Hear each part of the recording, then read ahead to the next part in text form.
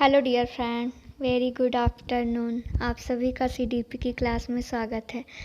आज की क्लास में हम लोग पढ़ेंगे साइकोलॉजी का विकास क्रम। इससे पहले की वीडियो में हम लोग पढ़ चुके हैं कि साइकोलॉजी है क्या और उसकी उत्पत्ति कहाँ से हुई, कौन कौन से मनोवैज्ञानिक हैं जिनकी भूमिका रही है, और उससे रिलेटेड कुछ क्वेश्चन आंसर भी कर लें। तो जो लोग आज पहली बार इस वीडियो को विजिट कर रहे हैं वो प्लेलिस्ट में जाके पुरानी वीडियो देख लें, यानी पिछली वीडियो। तो साइकोलॉजी का विकास क्रम कुछ इस प्रकार है। हम लोग उसको फॉर्मूले से याद करेंगे, जिसमें पहला विकास क्रम है आत्मा का विज्ञान, यानी सबसे पहले साइकोलॉजी को आत्मा का विज्ञान कहा जाता था। वो भी कौन सी सदी में? तो 16वीं सदी में आत्मा का विज्ञान कहा जाता था, जिसमें कौन कौन से मनोवैज्ञानिक हैं जिन्होंने माना? अरस्तू हैं, प्लेटो हैं और डेकार्ट। ये तीन मनोवैज्ञानिक बहुत ही महत्वपूर्ण हैं, यही एग्जाम में पूछे गए हैं, अरस्तू, प्लेटो और डेकार्ट। अगर आपके एग्जाम में क्वेश्चन आ जाए कि आत्मा का विज्ञान किस सदी में बोला जाता था, तो 16वीं सदी में। और किसने बोला, इसमें से कोई नाम दिया जा सकता है, अरस्तू, प्लेटो, डेकार्ट। तो तीनों नाम आप लोग याद रखिएगा। दूसरा जो है आपका 17वीं सदी में मन या मस्तिष्क का विज्ञान बोला जाता था। यहाँ पे थोड़ी सी टाइपिंग हुई है, टाइपिंग मिस्टेक हुई है। मन या मस्तिष्क का विज्ञान कहा जाता था 17वीं सदी में, जिसको किसने कहा? पेम्पोलॉजी, लोक, बार्कली और थॉमस रीड ने, 4 लोगों ने माना है मन या मस्तिष्क का विज्ञान। फिर आगे चल के 17वीं सदी में यही मन और मस्तिष्क का विज्ञान माना जाता था साइकोलॉजी को। फिर 18वीं सदी में भी साइकोलॉजी को मन या मस्तिष्क का विज्ञान ही माना जाता था। फिर 19वीं सदी में इसको चेतना का विज्ञान कहा गया, यानी कि चेतना का विज्ञान कहा गया। विलियम जेम्स, विलियम वुंड और विलियम सली ने चेतना का विज्ञान माना, यानी कि मन और मस्तिष्क के विज्ञान को इन्होंने नकार दिया कि ऐसा कुछ नहीं होता, मन और मस्तिष्क का कोई विज्ञान नहीं होता है, चेतना का विज्ञान होता। तो 19वीं सदी में चेतना का विज्ञान माना जाने लगा। वो भी किसने किसने माना? तो ये हमारे 3 प्रमुख मनोवैज्ञानिक हैं जो बार बार एग्जाम में पूछे जाते हैं, विलियम जेम्स, विलियम वुंड और जेम्स अली। क्लियर? और विलियम वुंड ने ही पहली प्रयोगशाला जर्मनी में स्थापित करी थी 1860, यानी कि 1869 में। चौथा जो आपकी है व्यवहार का विज्ञान, यानी कि चेतना का विज्ञान 19वीं सदी तक चला। उसके बाद इसको मैकडूगल हैं जिन्होंने संवेग के जनक बोले जाते हैं। उन्होंने 14 संवेग बताए हैं मैकडूगल ने। तो मैकडूगल ने अपनी एक पुस्तक में इस चेतना को नकार दिया, यानी कि मानने से इनकार कर दिया। जो इनकी पुस्तक थी आउटलाइन ऑफ साइकोलॉजी, तो मैकडूगल ने कहा कि चेतना वेतना कुछ नहीं होता है, व्यवहार होता है। तो इन्होंने चेतना को बिल्कुल ही नकार दिया। तो 19वीं सदी तक ही चेतना का विज्ञान मान के रह गया। उसके बाद फिर 20वीं सदी में आ गया व्यवहार का विज्ञान। 20वीं सदी में व्यवहार का विज्ञान आ गया और 20वीं सदी से आज तक, यानी कि आधुनिक काल तक, यानी आज तक चल रहा है व्यवहार का विज्ञान। हम लोग जो अध्ययन कर रहे हैं वो व्यवहार का विज्ञान। इसी वजह से बाल विकास में क्वेश्चन आ जाता कि हम लोग किसका अध्ययन करते हैं, तो बालक के व्यवहार का अध्ययन करते हैं। तो इसको कौन कौन से मनोवैज्ञानिकों ने माना? तो वाटसन है, पावलोव हैं, थॉर्नडाइक हैं, मैकडूगल हैं और क्लार्क हल हैं, जिन्होंने हल हैं, ठीक है, जिसमें से वाटसन जो है व्यवहारवाद के जनक कहे जाते हैं। अब इसको हम लोग फॉर्मूले से याद करेंगे। एक सूत्र है छोटा सा, आपको याद करना है, आम चाप। आम चाप का मतलब आज से आपका निकल जाएगा आत्मा का विज्ञान। सर्वप्रथम 16वीं सदी में आत्मा का विज्ञान कहा जाता था। उसके बाद फिर माँ का मतलब मन या मस्तिष्क का विज्ञान, तो मन और मस्तिष्क का विज्ञान आपका 17वीं सदी में कहा जाता था। उसके बाद मन और मस्तिष्क का जो विज्ञान है ये 17वीं और 18वीं तक चला। फिर 19वीं सदी में आपका चेतना का विज्ञान आया और चेतना के विज्ञान को नकार दिया मैकडूगल ने। तो एग्जाम में क्वेश्चन आ जाता है कि चेतना के विज्ञान को कौन से मनोवैज्ञानिक ने नहीं माना था, तो वो मैकडूगल थे। उसके बाद फिर 20वीं सदी में आपका आ गया व्यवहार का विज्ञान। व्यवहार का विज्ञान जो इस टाइम तक भी चल रहा, तो आपके एग्ज़ाम में क्वेश्चन ऐसे भी आ जाएगा कि जो इस टाइम हम लोग साइकोलॉजी को किस रूप में पढ़ते हैं, तो व्यवहार का विज्ञान के रूप में पढ़ते हैं, यानी व्यवहार का अध्ययन करते हैं, बालक के व्यवहार का। और 16वीं सदी में सभी मनोवैज्ञानिक जो अरस्तु, प्लेटो, डेकार्ट थे, ये लोग बोल रहे थे कि बालक के आत्मा का अध्ययन करें। फिर 17वीं सदी में पेम्पोलॉजी और लोक बार्कली थॉम्सन ने बोला कि मन या मस्तिष्क, बालक के जो है मन और मस्तिष्क का अध्ययन करें। फिर 19वीं सदी में विलियम वुंड और जेम्स सली ने बोला कि चेतना का विज्ञान, यानी कि बालक की चेतना का अध्ययन करें। चेतन भी दोस्तों 3 तरीके का होता है। चेतना के ऊपर पूरी थ्योरी है सिगमंड फ्रायड सिद्धांत की, वो अभी आगे हम लोग डिस्कस करेंगे और उससे भी क्वेश्चन आते हैं। तो चेतना के जो जनक हैं उनको याद करना बहुत ही आसान है, जैसे जिनमें विलियम लगा है, विलियम वो चेतना के विज्ञान के जो है मनोवैज्ञानिक हैं, और जेम्स सली।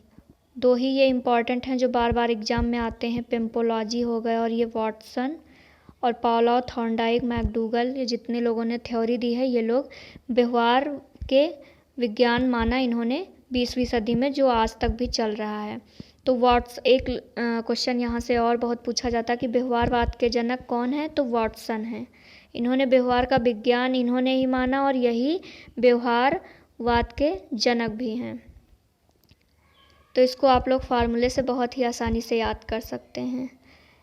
फिर यहाँ नोट में आप लोग लिख लीजिएगा, मैकडूगल ने चेतना के विज्ञान का विरोध किया। मैकडूगल जो है इन्होंने संवेग दिए हैं 14, क्रोध, भय, प्रेम, डर। तो इन्होंने अपनी एक पुस्तक आउटलाइन ऑफ साइकोलॉजी में साफ साफ लिख दिया कि मैकडूगल ने चेतना के विज्ञान का विरोध किया है। इन्होंने ये चेतना को नहीं मानते हैं, ये किसको मानते हैं, व्यवहार को मानते हैं, यानी कि ये समझते हैं कि बालक के व्यवहार का अध्ययन करें। इस वजह से 20वीं सदी में मैकडूगल, हल, स्किनर, पाउलो, थॉर्नडाइक, ये सब लोग व्यवहार का विज्ञान मानते हैं। और वाटसन को व्यवहारवाद का जनक कहा जाता है। ये आपके क्वेश्चन में बहुत ही बार पूछा जाता है, तो इसको नोट में आप लोग लिख लीजिएगा। कुछ इम्पॉर्टेंट फैक्ट हैं, जैसे कि विश्व में बाल अध्ययन आंदोलन कहाँ पर पारित हुआ था, यानी कहाँ पे चलाया गया था, तो अमेरिका में चलाया गया था। किसने चलाया था, तो स्टैनले हॉल ने चलाया था।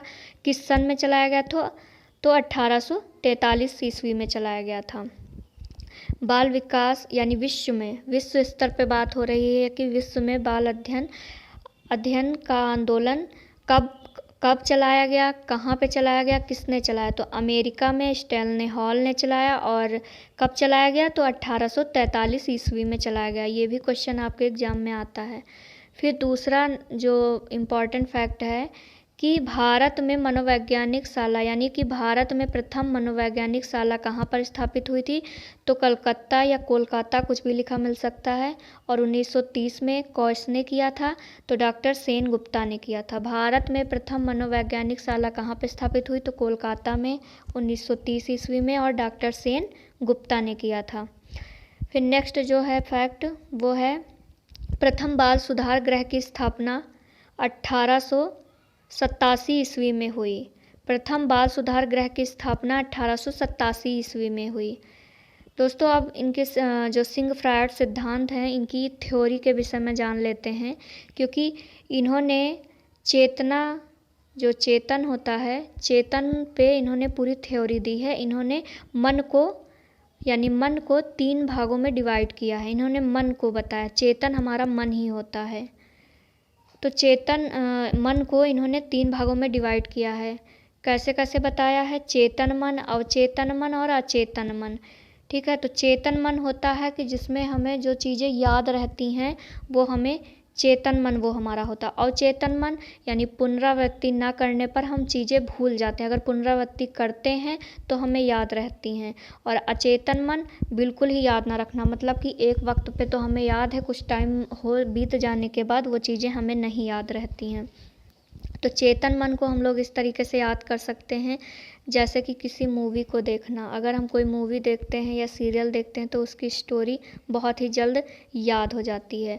और जो स्टडी मटेरियल यानी हमारे पढ़ने से रिलेटेड, कुछ हमारे एग्ज़ाम से रिलेटेड कुछ पॉइंट होते हैं या सन होते हैं या वैज्ञानिक नेम होते हैं, तो वो एक बार तो याद कर लेते हैं, याद हो जाते हैं, लेकिन अगर उनकी पुनरावृत्ति यानी उनको रिपीट नहीं करते हैं, रिवाइज नहीं करते हैं, तो वो हमें भूल जाते हैं हम उनको, ठीक है। और फिर अवचेतन मन में जैसे कि कुछ चीज़ें हो जाती हैं जो हमारे जीवन में दुख लाती हैं, तो जो चीज़ें दुखी होती हैं, हमें कष्ट पहुंचाती हैं, तो उन्हें हम भूल जाना ही बेहतर समझते हैं। तो एक दिन ऐसा आता है कि हम उन्हें भूल जाते हैं, तो ये हमारा अचेतन मन है। इन्होंने ये थ्योरी किनकी है? ये सिंग फ्रायड सिद्धांत है, यानी कि सिंग फ्रायड ने अपने सिद्धांत में ये चीज़ें कही हैं। इन्होंने मन को 3 भागों में डिवाइड किया है और तीनों का मैंने मतलब बता दिया है। क्वेश्चन आ जाता है कि चेतन मन का जो है थ्योरी किसने दिया? तो सिगमंड फ्रायड ने दिया, ठीक है दोस्तों। यहाँ पे नाम गलत लिखा है, सिगमंड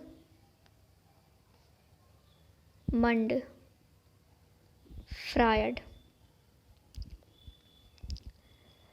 उसके बाद और डिटेल में पढ़ते हैं। ये आपके एग्जाम में क्वेश्चन आया हुआ है कि वह इच्छाएं जिनकी पूर्ति नहीं होती है वह अचेतन मन में एकत्रित हो जाती है। अचेतन मन कौन सा है भाई? जो इच्छाएं में हमारी पूर्ति नहीं होगी तो वो चीज़ें हमें याद ही नहीं रहेंगी। अचेतन मन यानी याद ना रहना। कोई चीज़ हम हासिल करना चाहते हैं बट हम उसको नहीं प्राप्त कर सकते तो उसे भूल जाना ही बेहतर समझते हैं। तो वे इच्छाएं जिनकी पूर्ति नहीं होती वो अचेतन मन में एकत्रित हो जाती हैं। तो क्वेश्चन आपके एग्जाम में ऐसे भी आ सकता कि जिन इच्छाओं की पूर्ति नहीं होती है वो इच्छाएं कहाँ पे जाती हैं? तो चेतन मन, अचेतन मन, अवचेतन मन, या इनमें से कोई नहीं, या उपर्युक्त दोनों, कोई भी ऑप्शन होगा तो आप अचेतन मन सिलेक्ट करिएगा। फिर नेक्स्ट पॉइंट है कि मनुष्य का व्यवहार सबसे ज़्यादा किससे प्रभावित होता है? तो अचेतन मन से प्रभावित होता है, यानी कि मनुष्य का व्यवहार जितना है वो अचेतन मन से ही प्रभावित होता है। यानी जो चीज़ें हम भूल जाते हैं उन्हें याद करने की कोशिश करते हैं, अपने मन को बहलाते हैं, प्रभावित करते हैं, जो चीज़ें हमें चाहिए होती हैं उनकी ओर अपना ध्यान आकर्षित करते हैं।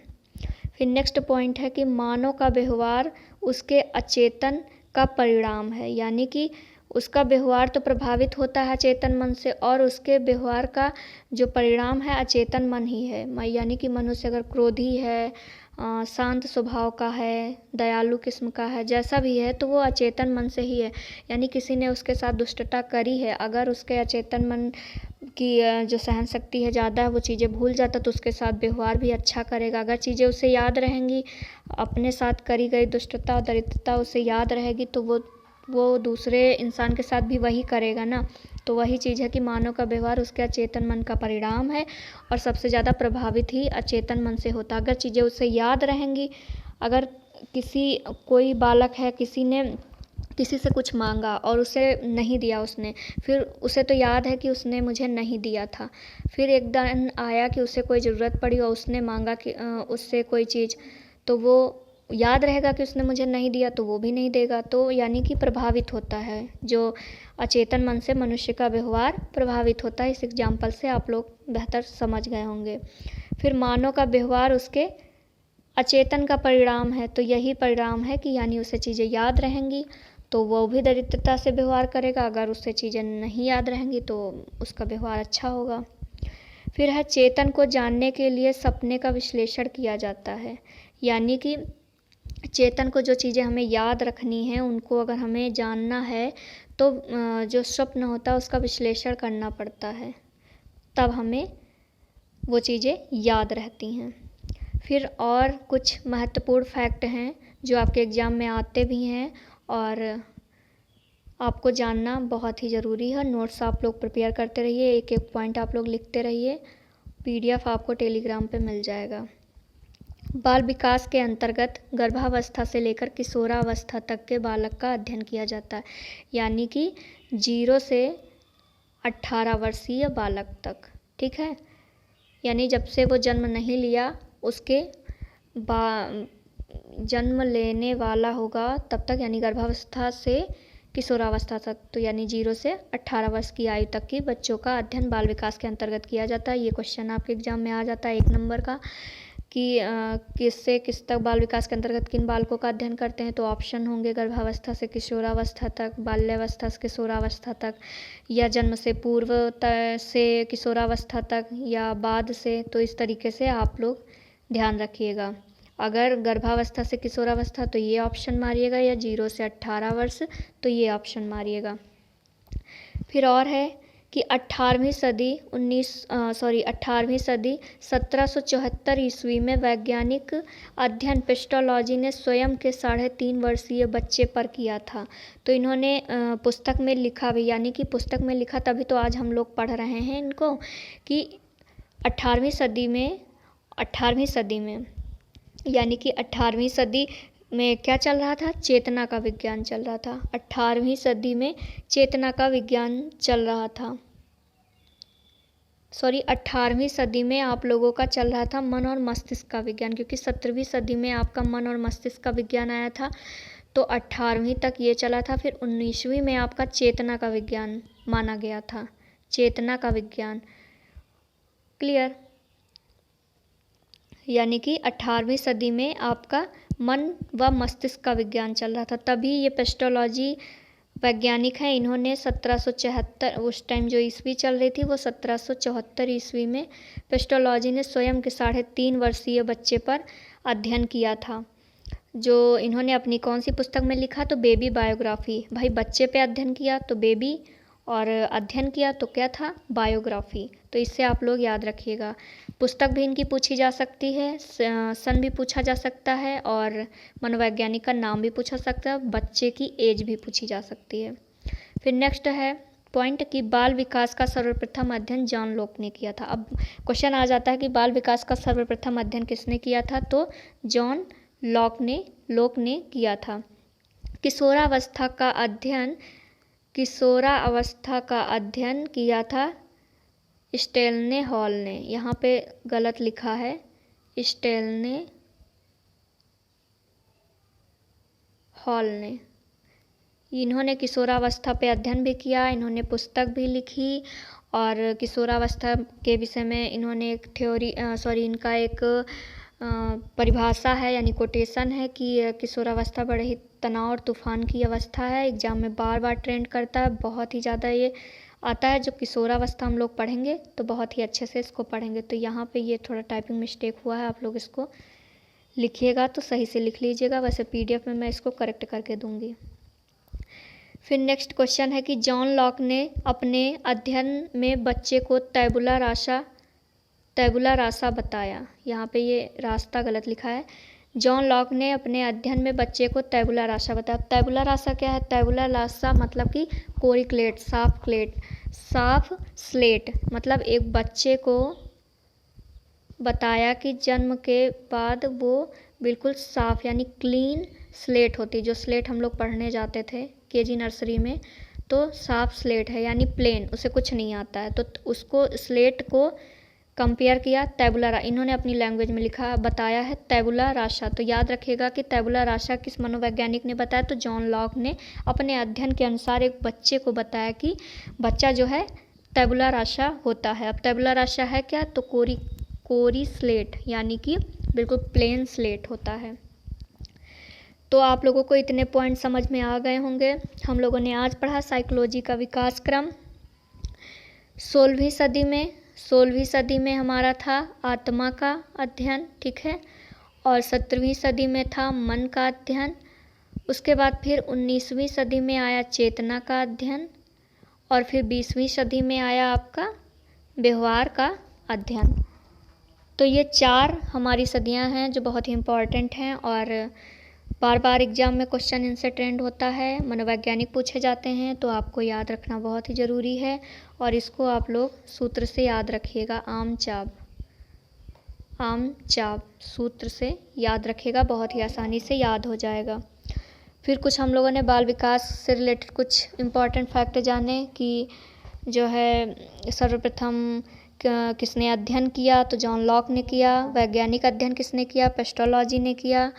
और पेस्टोलॉजी की पुस्तक का क्या नाम था, तो बेबी बायोग्राफी नाम था। बाल विकास का बाल अध्ययन आंदोलन विश्व में कहाँ हुआ, तो अमेरिका में हुआ। ये सब चीज़ें हम लोगों ने जानी। अब हम लोग कुछ इम्पॉर्टेंट क्वेश्चन कर लेते हैं।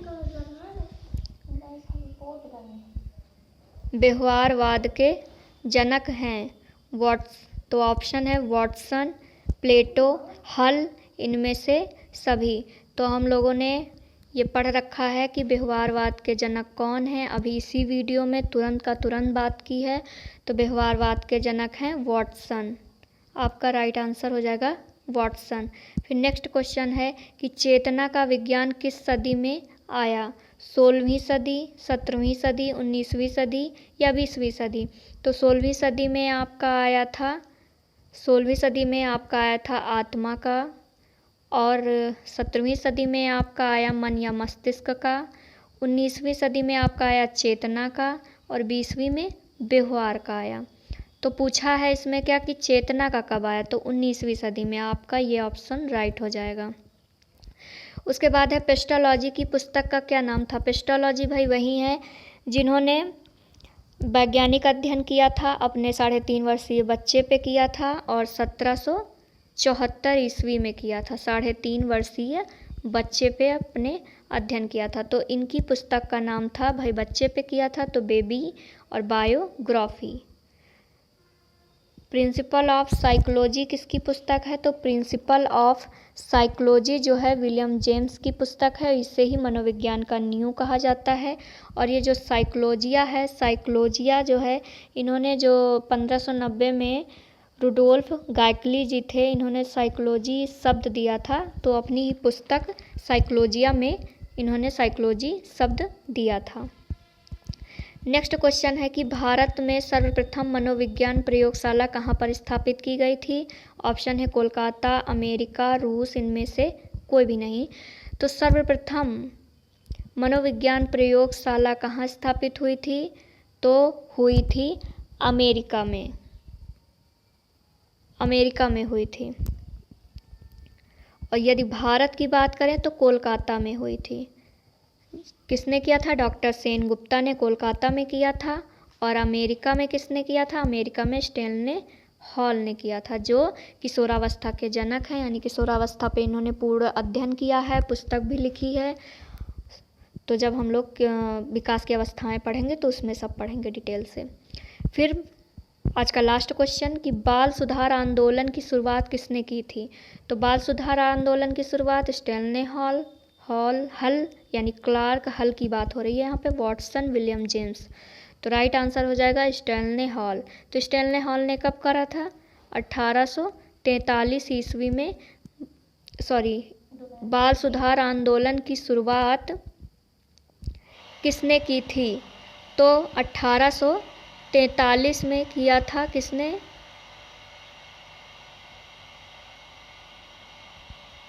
बाल सुधार आंदोलन।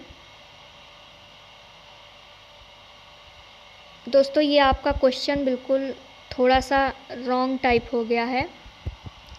बाल सुधार गृह की स्थापना कब हुई थी? यहाँ पे क्वेश्चन होना चाहिए कि बाल सुधार गृह की स्थापना, बाल सुधार गृह की स्थापना कब हुई थी? तो कब हुई थी? 1887 ईस्वी में हुई थी। यहाँ पे जो क्वेश्चन हुआ है, मतलब टाइप हो गया है कि यहाँ पे क्वेश्चन होना चाहिए कि बाल अध्ययन आंदोलन विश्व में कब शुरू हुआ था? बाल अध्ययन आंदोलन, यहाँ बाल सुधार नहीं, बाल अध्ययन आंदोलन की शुरुआत किसने की थी? तो स्टैनले हॉल ने। सुधार की जगह अध्ययन होगा, और जहाँ सुधार की बात आएगी तो वहाँ पे 1887 ईस्वी करेक्ट होगा। यहाँ पर अध्ययन होगा, अध्ययन। तो स्टैनले हॉल ने किया था, विश्व में प्रथम था, और 1843 ईस्वी में किया था स्टैनले हॉल ने अमेरिका में। और प्रथम बाल सुधार गृह की स्थापना बात की जाए तो प्रथम बाल सुधार यानी कि यहाँ पर बालक को सुधारने का घर जो की स्थापना की थी वो 1887 में की थी। जो बच्चे कम उम्र में क्राइम कर देते हैं उनके लिए प्रथम बाल सुधार गृह की स्थापना की बात है। आज की वीडियो आप लोगों को अच्छी लगी हो तो वीडियो को लाइक और चैनल को सब्सक्राइब करके बेल आइकन ज़रूर प्रेस कर लीजिएगा। Thank you class.